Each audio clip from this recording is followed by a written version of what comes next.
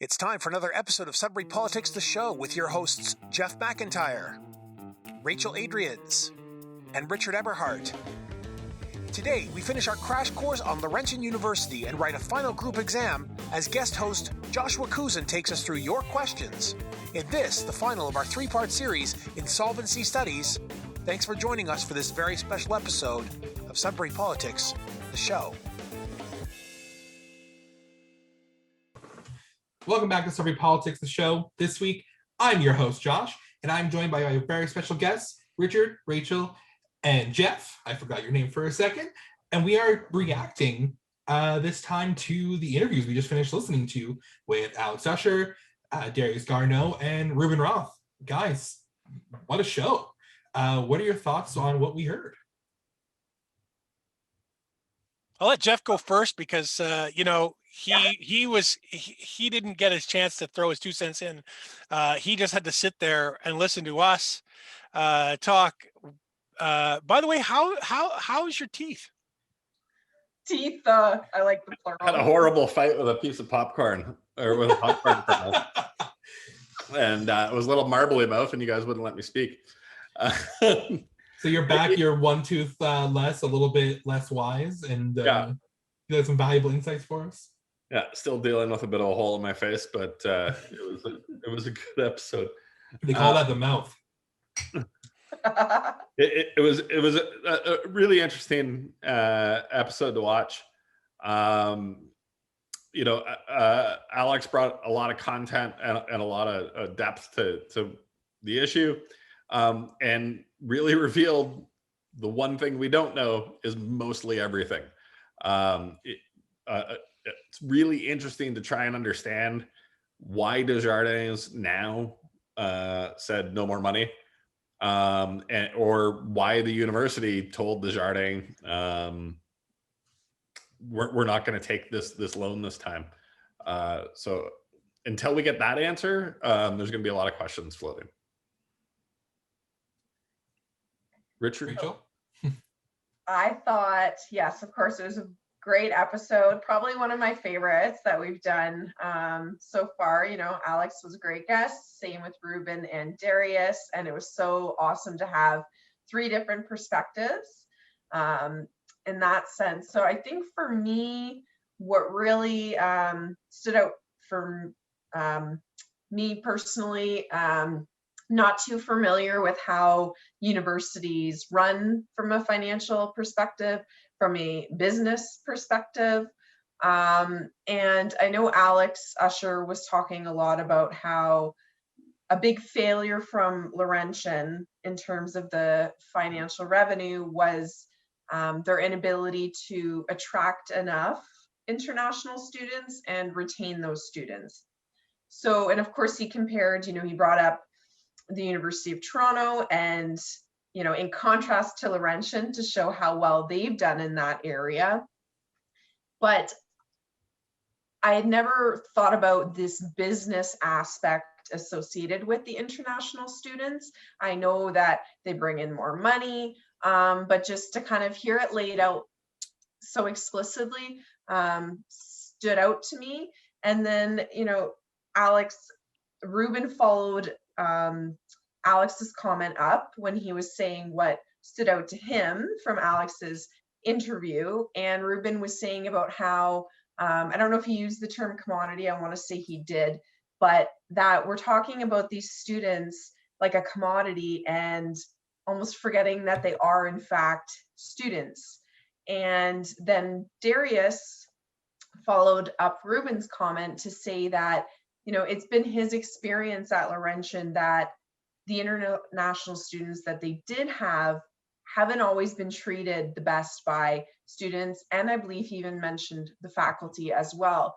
So for me, I've just been reflecting on those interviews from a lens of thinking of how minorities and diverse groups could potentially be negatively impacted by such a business model, if that business model were to continue. And also from a sense of, there's a lot of discussion going around about what programs and what services may be cut at Laurentian. And to me, I'm thinking, well, what will happen, or will these diverse groups be negatively affected by cuts as well? And I know Francophone students were mentioned because we have that population in Sudbury, Indigenous, but also to me, I started thinking about how persons with disabilities could be affected, and if accessibility services were cut at Laurentian, the negative impact that could have. So that's where my head was at. And Richard, I will let you speak to what stood out for you. Yeah, and I want Jeff, I want you to come back to talk about the collective agreement note that we talked about in the break, but there's a few things that stood out for me. Alex broke down where the debt came from, as far as we know, and sort of laid it out, saying it was just a little bit, a couple $1 million here, a couple $1 million there for several years, and that should add up to about $25 million. And then he also pointed out that $36 million of restricted funds seems to be missing.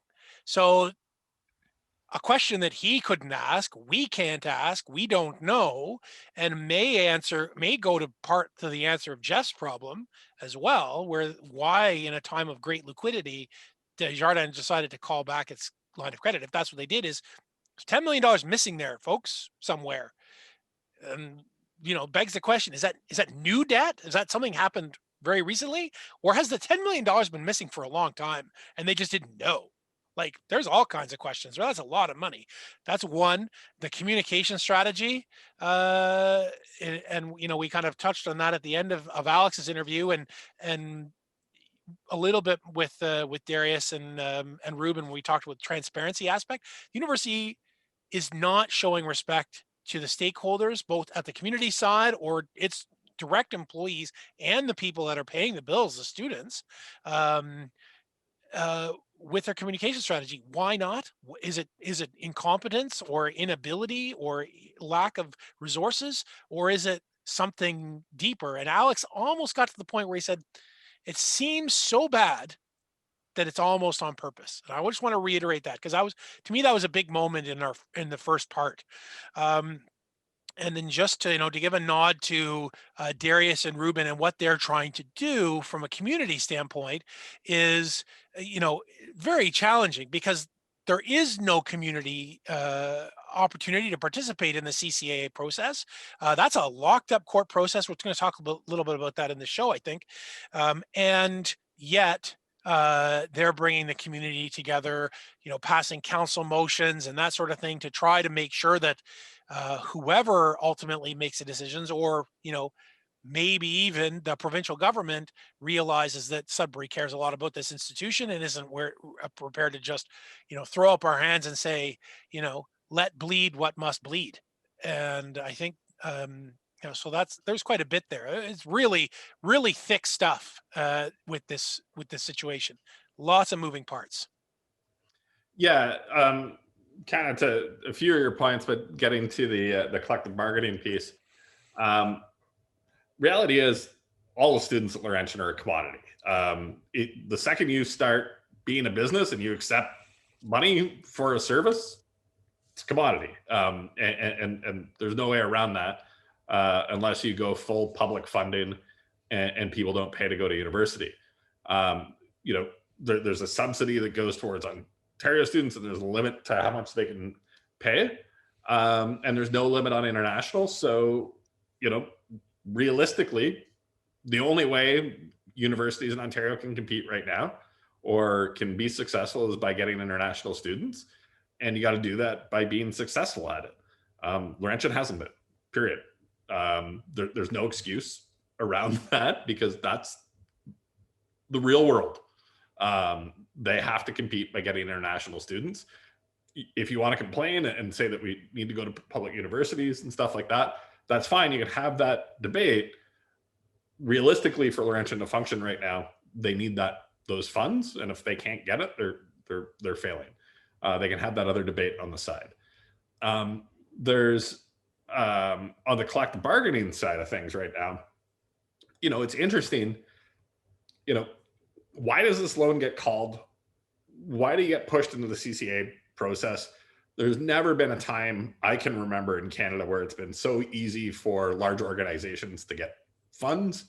You only have to look at Gateway Casinos, a group that couldn't get anybody to loan them money for the last 5-6 years to get their growth, and they were stalling because of it.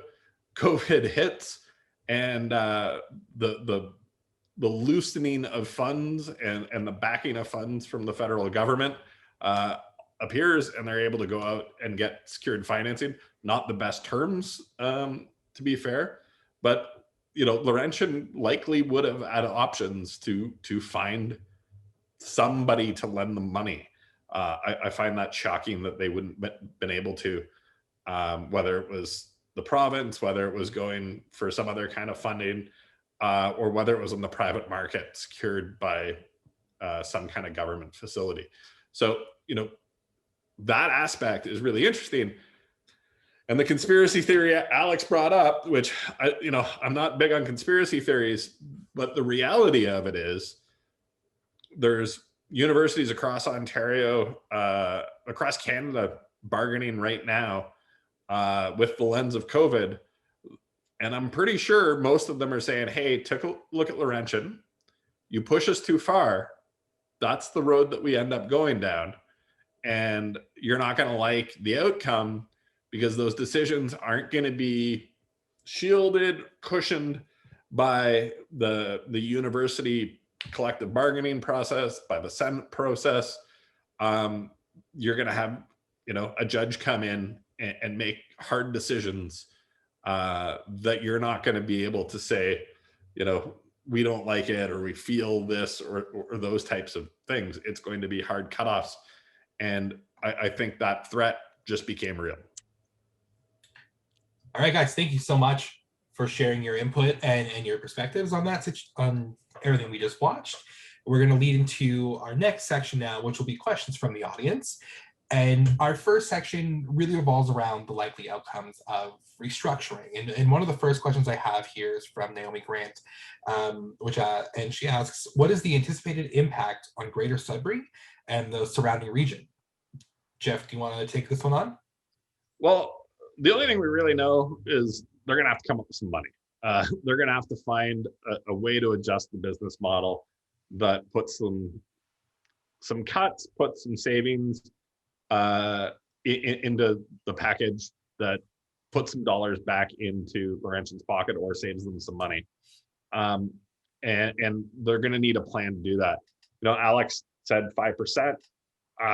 Some of the team thinks that's low. I don't know that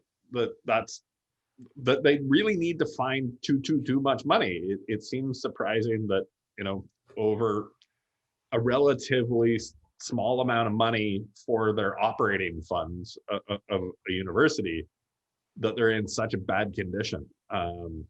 So it seems like they're off by 1 or 2% yearly. Making that up isn't extreme, but now they're in an extreme position that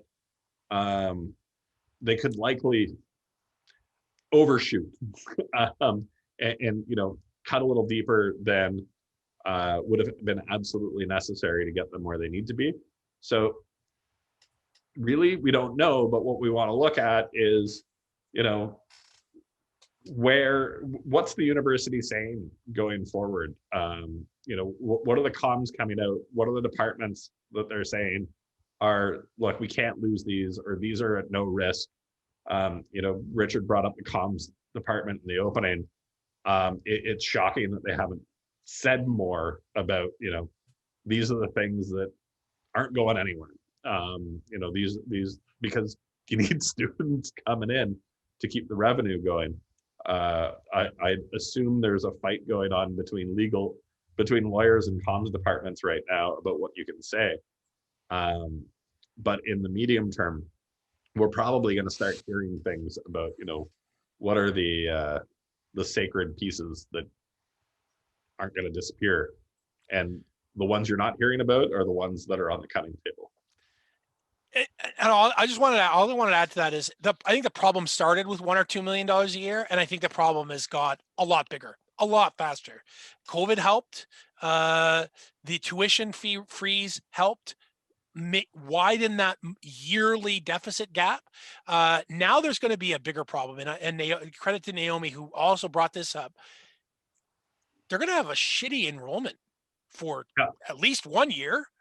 So everything, and they just borrowed $25 million that they're going to have to pay back within relatively short period of time. Alex Usher said, the government will probably just take the $5 million a year off their operating grant. Okay, great, but that sets them back another $5 million. And then on top of it all, they have creditors that are going to want to get their money back.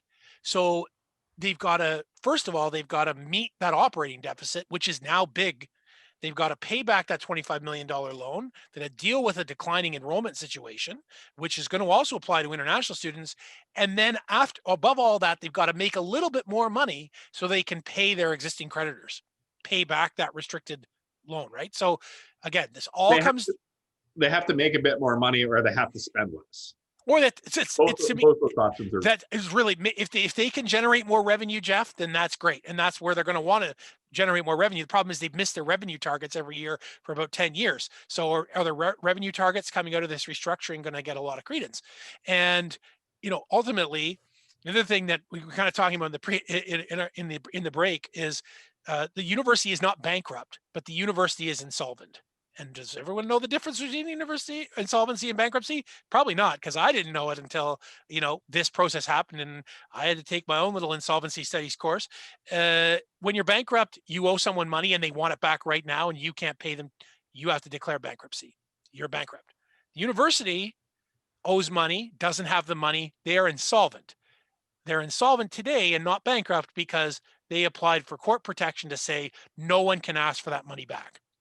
So the process that they're in right now, the CCAA, which is what this is all hinging on, gives the university a chance to come back to the court and say, please don't let our creditors make us bankrupt. We will do all of these things to change the way we operate. That's the restructuring process. So everyone's clear, they have to restructure enough to make up what they're missing, plus a little bit more to pay their debts.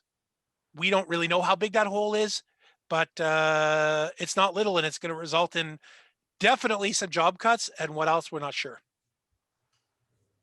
Yeah. The short answer for insolvency versus bankruptcy is insolvency is you got a bunch of bills on the table and you can't pay them. Bankruptcy is you got a bunch of bills on the table, they're all past due, and the bank says, I want my money right now.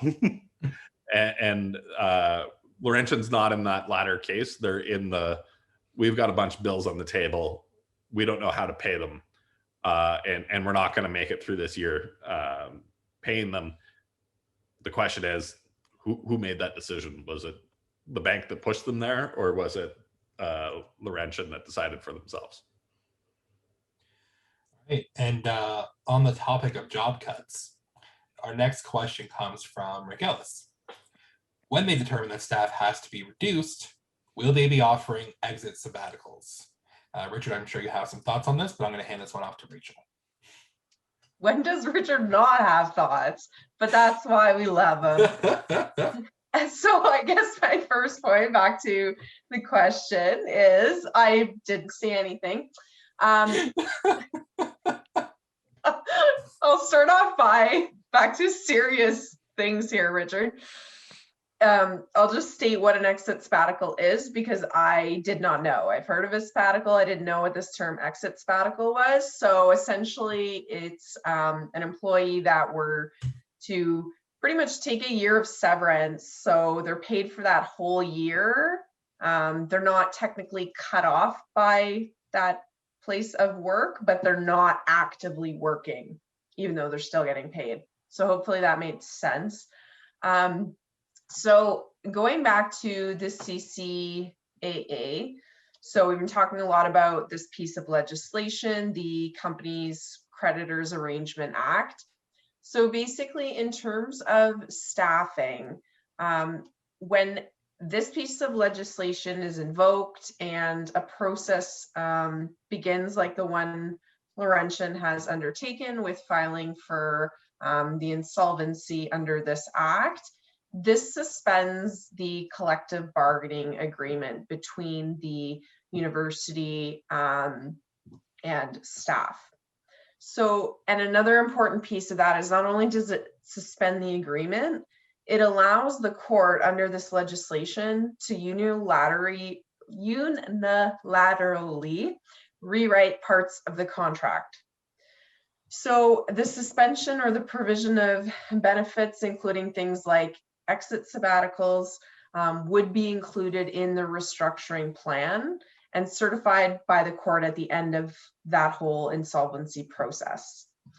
So the likelihood that there's access restricted to some of these benefits that staff have, particularly the sabbatical piece, the likelihood of that occurring is tied to the amounts that will have to be cut somewhere else if that doesn't happen. So, for example, would you terminate an extra couple of staff so that some tenured professors can get this exit sabbatical? Well, that raises an interesting question. And is that something that the university would even want to embark on? Like certain circumstances for exit sabbaticals, affect whether or not that's a good idea.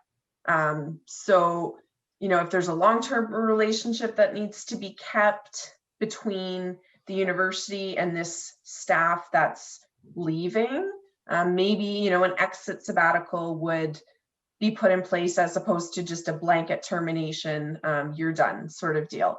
Maybe if there's intellectual property tied to the staff member, if there's just some kind of long-term gain for the university.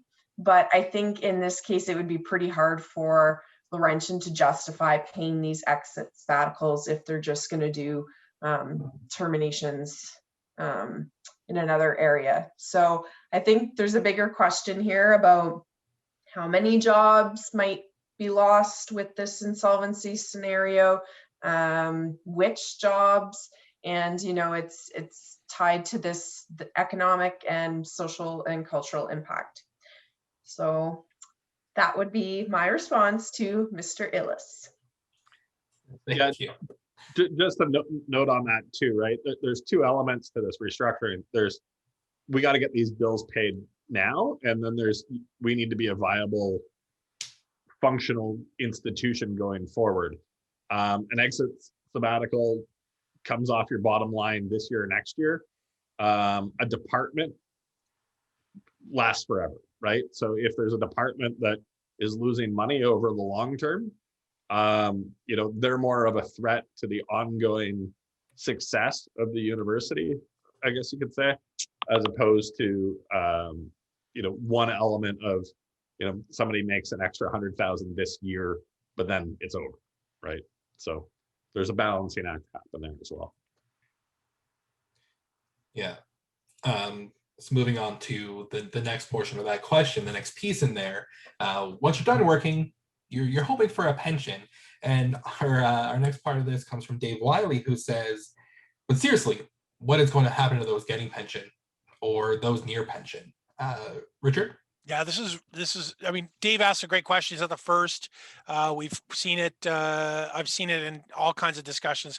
A lot of Laurentian former staff and profs are here in Sudbury with us. Their pensions are paying for their houses, and they're part of our economy as well. And everyone else who's currently at the university has been paying into their pension plans for their whole time. So this is like every single person who's been involved with the university, whether it's just for a short term or whether they're already pensioned off, is worried about what happens to their pension. So this took a little bit of research, but let me try to lay this out for you. Maybe nothing happens. Maybe nothing at all happens to the pension plan as they're restructuring. We talked about how much money they've got to make up. We don't really know entirely what that number is. But if in their restructuring, the university decides that whatever current deficits exist in the benefit plan, that's a credit that has to be paid. The university has to pay. That's a creditor. It has to be paid by the university at this time. And whatever their ongoing expenses for the pension aren't too great. If they can add that into the mix and handle those, both their existing like the contributions that they have to make, as well as the debt, within the context of this restructuring, they may be able to keep that pension plan just the way it is. But they are paying about $1.4 million every month into that pension plan. That's the employer's contribution. That's a lot of money. It's a decent, it's not a large share of the total compensation, but it's fairly significant. That's a lot of money. And the plan itself they owe about 4.5 million more into the plan than it's there. So there's a debt on the plan. So in the course of this process, the university could decide to wind up the existing defined benefit pension plan. And that's it for that plan. They can create a new plan through the course of the restructuring and start again. Then what happens? So this is really, I mean, this is complicated, but what they do basically is they determine how much of that debt that's owed to the plan can be paid in by the institution, the insolvent company. I mean, it's the university, but it could be the same for any insolvent company.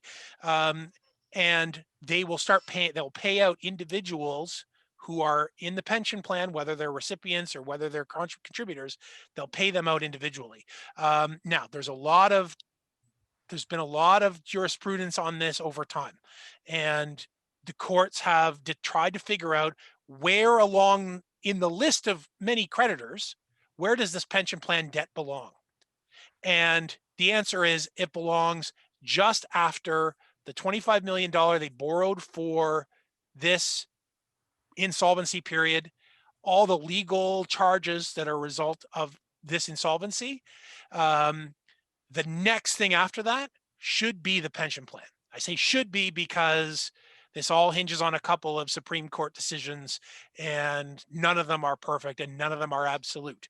But the next thing that should be paid is $4.5 million into the pension plan, and then that money either goes into the pension plan and it stays the way it is, and there's no change, or the pension plan's wound up and everyone gets a transfer into another financial vehicle. So that's based on all the reading that I've done about insolvency and pensions. It's really tricky.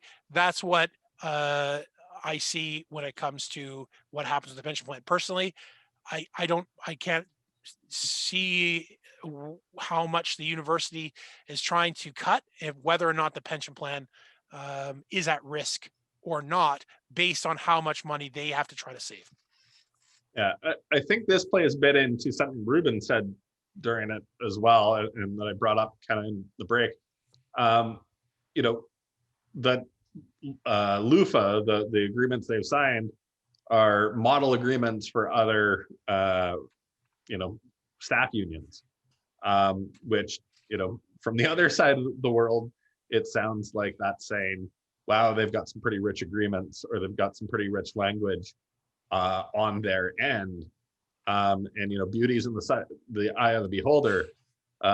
If one side thinks it's really good, generally the other side's not nearly as big of a fan of it.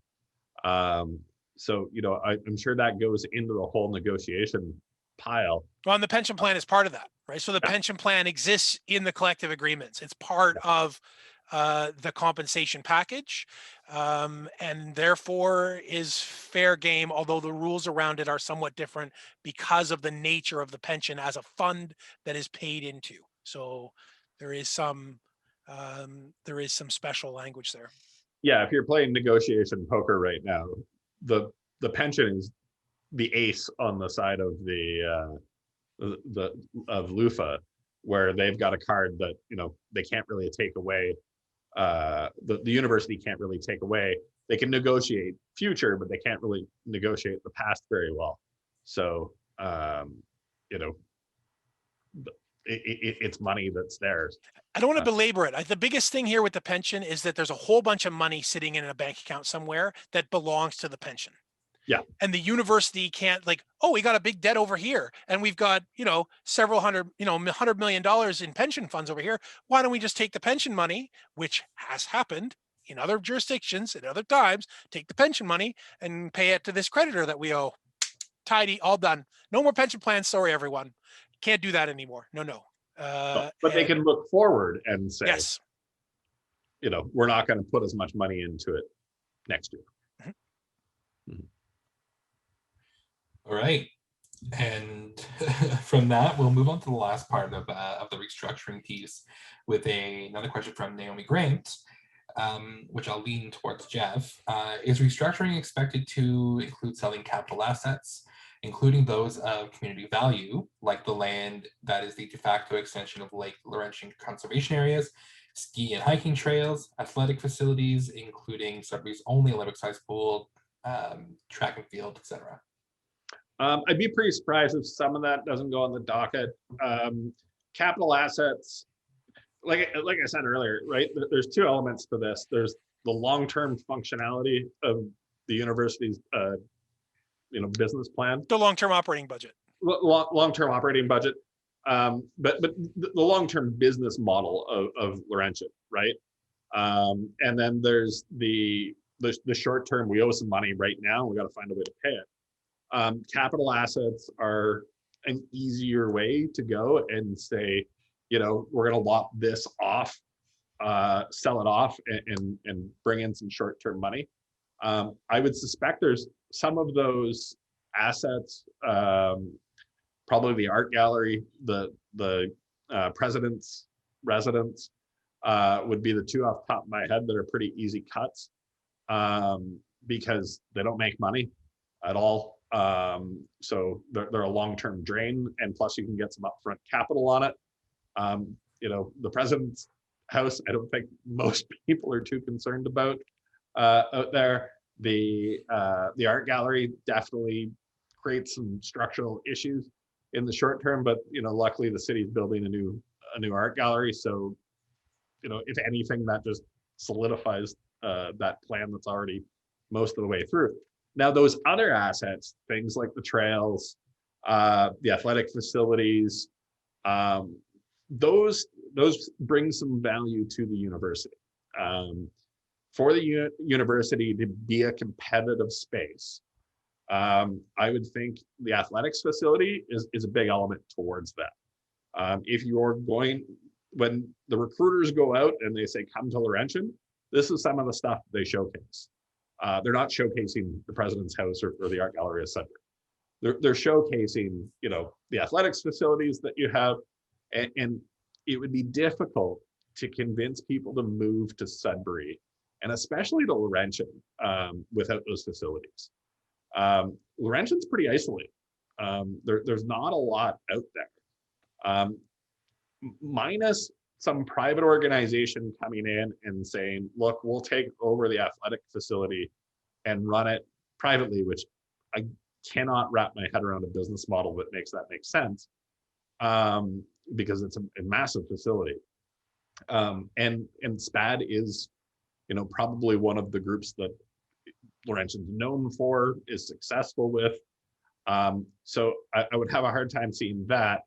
The trails, perhaps they sell those to the city, perhaps they sell those privately, but again, that's still an element that they have that makes them competitive. Convincing people to move to Sudbury to go to university isn't necessarily the easiest thing to do, and that northern resort type of feel that they've put in some of their marketing materials, I think, has had some success. We've seen a lot of people come here from Toronto, Southern Ontario. It's mind-blowing that they're not able to get international students when they've had so much success in the province. And they just haven't been able to put together a marketing strategy that attracts overseas people to Sudbury. And I think losing those assets would be dangerous. But everything's on the table, right? So if you care about those things, make a really good case about why those are part of the business model of what makes Laurentian a success, and hope that those get through to the creditor the creditor process, and they're seen as a long-term asset that will generate revenue for the university or be a reason for the university to generate revenue. As conspiracy theories goes, the idea that all is really going on here is Dalron wants to extend the length of Loach's Road, another kilometer towards the university and build, a bunch of $1 million homes along that path is not the worst of them all. That's follow the money, Jeff.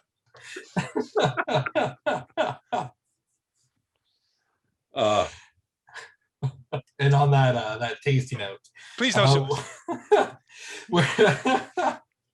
We move on to our next set of questions regarding the CCAA itself. And not that I'm playing favorites here, but I do have a few more questions from Naomi Grant. And Richard, I'm going to sort of rapid fire these at you. The first one will be, are there any provisions in the CCAA process for meaningful consideration of community values, impact on the community and region, and educational value?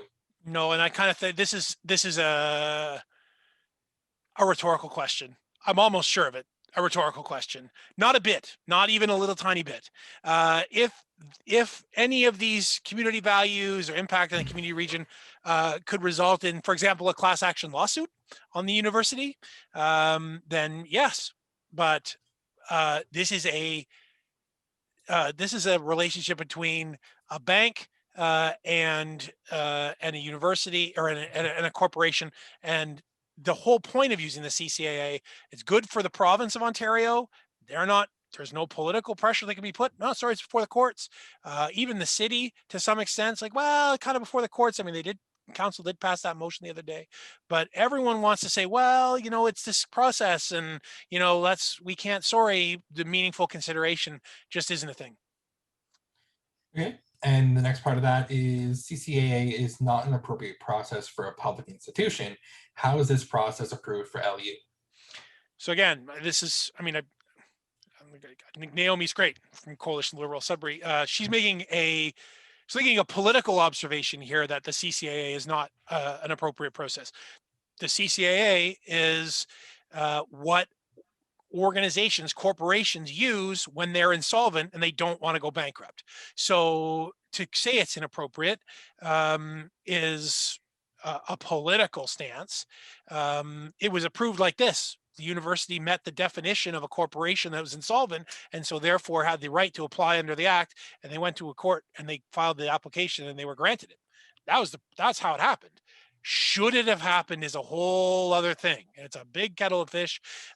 And that really comes to some of the stuff that we've been talking about here. And Alex kind of passed it off in our interview, but I still have concerns about it. Others have concerns about it, but the Laurentian is the canary in the coal mine. And Jeff's talking about it as, something that administrations can threaten in their collective bargaining process now. Like, should this be a process that is available to public sector institutions across this country? It's never been used like this before. Was it intended to be used like this? I myself have had conversations with political representatives on the federal side, which is where the law would have to be changed in order to limit or restrict access to the CCAA for organizations of this type. Because I guarantee you, if Laurentian couldn't do this thing, they would be doing something else. The provincial government would not allow Laurentian University to reach a bankruptcy point. They would be politically very bad for them to roll over and die. They're protected. They're protected now for the CCAA process, and they don't have to take responsibility directly. So that's when she asks how it happened because it served everyone's interests except for all the students, all the profs, most of the staff, probably the city of Greater Sudbury, universities, colleges, hospitals, long-term care facilities in general from coast to coast. But it served everyone else's interests, particularly the provincial government and the administration of the university. Yeah, I mean, the city is a corporation.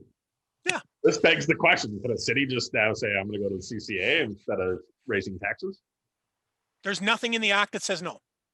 So I'll say that there's no, as I've looked at the act, there's nothing in the act that says no. The city, there are exempt organizations. Banks can't use this process. They've got their own charter processes. It's very different. But everyone else who's a registered corporation, either registered federally or registered provincially, can access the CCAA. So yes, is the short answer, Jeff. Fantastic. Thank you. So our next section is sort of one question, but it does, it's very broad. And it comes from Ethel Kingston. And she says, I watched your discussion and it was said they tried to cut 17 programs and Senate voted it down. Do we know what the enrollment was in those programs? If it's very low, that means the structure is unwilling to make required change, which supports the conspiracy theory. We love our conspiracy theories. Rachel, do you have any thoughts, conspiracies to go along with that? We also love our scandals, or particularly Mr. McIntyre. So I think my first comment on this, just because Ethel did mention the Senate, I thought I would just give a quick FYI, kind of what their role is at the university. So of course we know board of directors, their job is to more create the budgets, the financial aspect, make sure they've worked within them. But in terms of the Senate, this body at the university or universities, not just Laurentian that has one, the Senate kind of handles the academic governance piece. So the Senate themselves consists of administration, faculty, and staff representatives, and they kind of discuss more of these high-minded ideas that affect the university. So more programs, for example, how long the school year runs, that sort of thing, that's more their area. So now that I've explained that, I'll get back to the enrollment piece. So we couldn't find a definitive response as to the enrollment in these specific 17 programs that the university was looking at cutting, but we did find some general numbers on enrollment at Laurentian. So these numbers are 2016 numbers, and I'll just very quickly go through. So for bachelor's degrees, so full-time enrollment, in total for 2016, there was 6,522 and 2,187 part-time. For the full-time piece, like there's 6,126 for domestic enrollment and only 396 for international. So it's not a huge number. I just want to highlight that since I talked about the international piece. Master's degrees, full-time 385, part-time 337. So kind of interesting. They're on a bit of the same page. Yeah, there's a big difference there with the international enrollment as well. And for doctoral degrees, there's 121 for full-time and only 51 for part-time. So as we know, there's a lot less for Laurentian with master's and doctoral degrees. So when we talk about what programs might be cut, we're not going to hear about canceling these programs that have higher enrollment, like the School of Architecture, nursing, engineering, NOSM, which is the School of Medicine, SPAD, and education. So getting back to looking at this question that was asked of us, kind of looks at this broader question of whether or not this restructuring at Laurentian will include restructuring of administration and governance. Well, if we look to this example of Laurentian trying to cut down these 17 programs and then Senate kind of vetoing that, making sure that didn't happen, it was kind of a signal here. The programs that the board wanted to cut that the Senate did not agree with. They were all programs that were centered more on the humanities and the arts. But that being said, those are the programs at Laurentian specifically that have fewer students in them. And these programs carry both sessional and tenured professors, which of course comes at a big cost to the university. So I think, again, like all these questions we're discussing today, the answers are not black and white. They're not in front of us, but I think that's kind of what we're seeing generally from the enrollment piece. Anyone else have a take on that? Just on university senates in general, and they're the group that everybody hates unless they're on your side. It's a place where two groups go to gang up on the other to get what they want, and sometimes reality doesn't make it to the Senate, and things get a little bit difficult because the decisions that are made at the Senate are made without a lot of consequence to the Senate, right? It's they make a decision and the university has to live with it and figure out everything else around it, which can make life difficult when you're trying to plan, because they don't set the budget. They don't have the ability to bring in more money. So if the Senate does something that creates cost, it's a problem. It reminds me a little bit of California, that amasses massive amounts of debt, and it's because to raise taxes, you need to run a referendum. And that's the only way you can raise taxes in California. And what was the other side of it?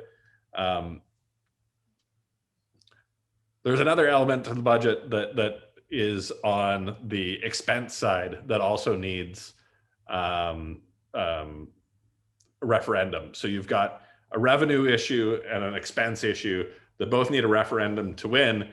And if people make decisions that aren't based in reality, you just keep running up deficits because there's nowhere else to go. And that's one of the abilities that a Senate has. And you can run yourself into a brick wall that way. Yeah, I want to get in on that too, because I've sat on the university senate, and yeah, you're right. It's there aren't a lot of financial consequences to decisions that are made at Senate that someone else responsibility. However, the senior administration of the university is there. So they are part of the Senate process. It's not like there's a bunch of other people over here and they hand it off to Right. senior admin to do it. Most of the blame doesn't land on Senate. No, because most of the power doesn't land in Senate. Senate sure as hell didn't know what the financial situation of the university was. So if they can't know what's really going on, because I don't think anyone like Alex said, the deans. So Senate's really about deans, right? That's like academic leadership. That's what Senate is. The deans didn't know till 15 minutes before the insolvency declaration that it was going to happen. How do you run a school within part of a university when you don't even know so they're trying to make academic decisions irrespective as much as possible of money. And you might say that people might say that this is the kind of thing that we're hearing in the community. They don't know, this is good for them, let's just let's fire them all, it's badly managed, all this stuff. It's just that this other system exists in universities because university academics are something bigger or something more. And that's why it doesn't necessarily work to operate them exactly like a business. But, the biggest problem is that there's no transparency. So if maybe you respected the decision-making capacity that exists there by giving them the information that they need in order to make good decisions, they wouldn't have tried, for example, to maintain these 17 programs while spiting the board. So they're like, no, the board's like, we want to cut 17 programs. So it's like, you can't do that. We make the academic decisions around here. Mm-hmm. So no, because the board refused to make, and through the president, refused to make the financial case for why the organization was such a basket case. And I'm not sure that they made it to most of the rest of the administration either, that this was something that was kept really close to the president's chest. So making good decisions, like should we have actually cut these 17 programs 3 years ago instead of keeping them now, could have been made properly at that time. because everyone's in the know. Everyone is allowed to understand what's really going on. It doesn't sound like that happened at Laurentian University. So, by way of kind of getting us towards a wrap up, we're going to have to ask those kinds of questions when we know more about what really happened with the money. Because to me, if we're going to swing around to accountability, it's not who's accountable, it's who's accountable for what. Right. Everyone's partly accountable. You could say the community's partly accountable. Like everyone's accountable. We're accountable for electing Tory governments, for God's sakes. You know what I mean? Like, that's accountability. Where's the accountability there? The taxpayers are at fault. That's right. You heard me say it. It's the taxpayers at fault. But really, the university president, the board of governors, the Senate, the academic leadership, the union leadership, like everyone played a role here. It wasn't one person that got us down this path. The provincial government needs to take some responsibility. They're part of the process. So we just don't know how much of what share of what accountability has to be doled out to who. Yeah, I'll make one caveat to that. It's the administration's responsibility. End of the day, it was their job to negotiate with the Senate. It was their job to negotiate with staff. It was their job to negotiate with the province. It was their job to bring in international students. And those hurdles may have been too high. That they might have been fighting with people that didn't allow them to make rational decisions. But the buck stops at the people that are responsible, and it's them. The administration is the one central piece that makes those decisions. I'm the type of person that if I'm running a business and the business fails, it's my fault. Period. Right?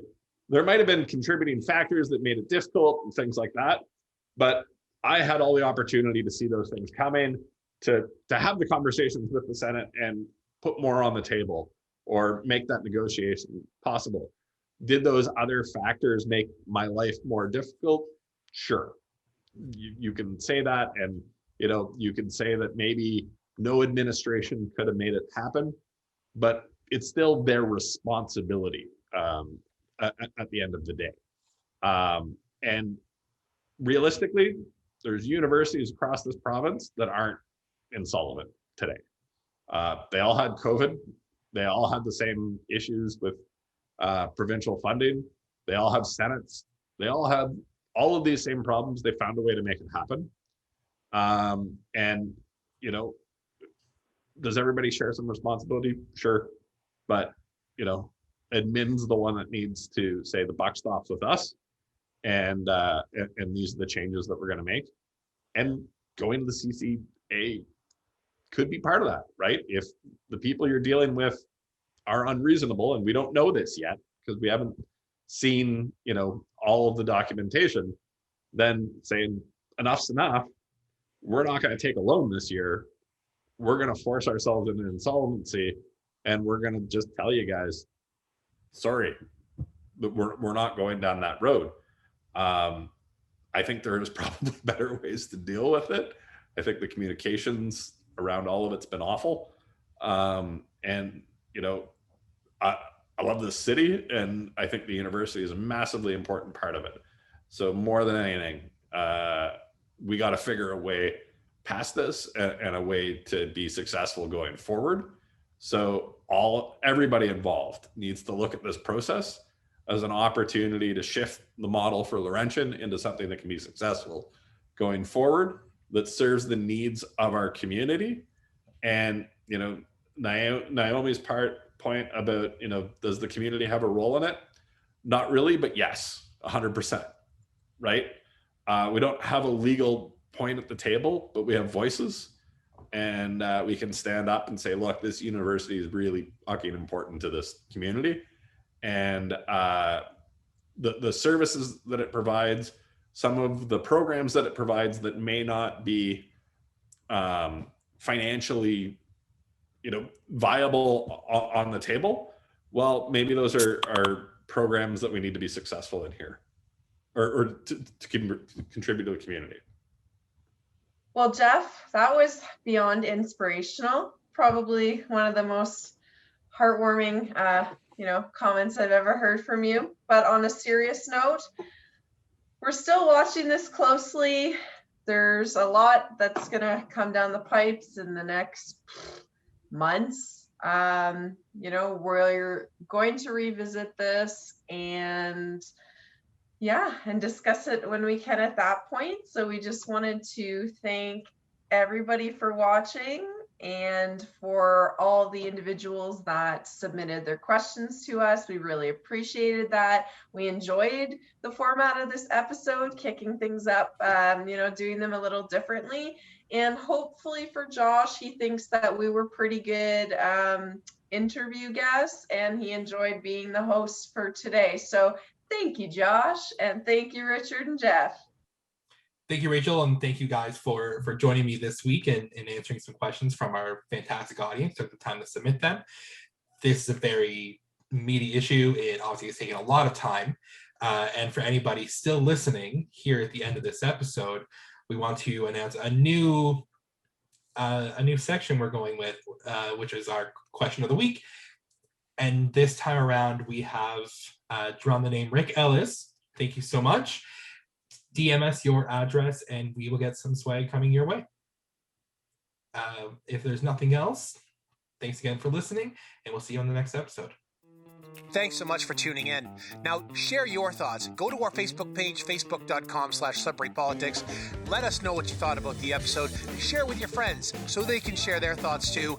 We're so glad you joined us, and we hope you tune in again for Celebrity Politics, the show.